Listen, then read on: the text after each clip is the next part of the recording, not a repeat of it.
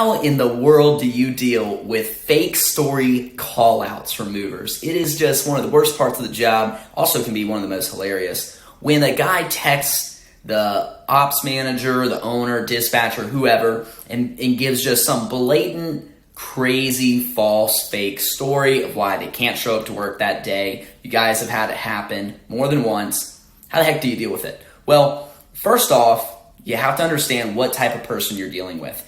Is that person really the right person for your business? Should you really have them be on the team? Are they really a culture fit, right? Somebody that makes up false or fake stories about why they're missing work probably doesn't align with your core values. So therefore, why do you still have them? Well, you still have them because you may not be able to go find other people to hire and take their place to service jobs. So what you have to get better at is being able to find and acquire talent. That's where you got to get better at. And so the issue with false or fake stories is you're not willing to go out and do the work and get new people.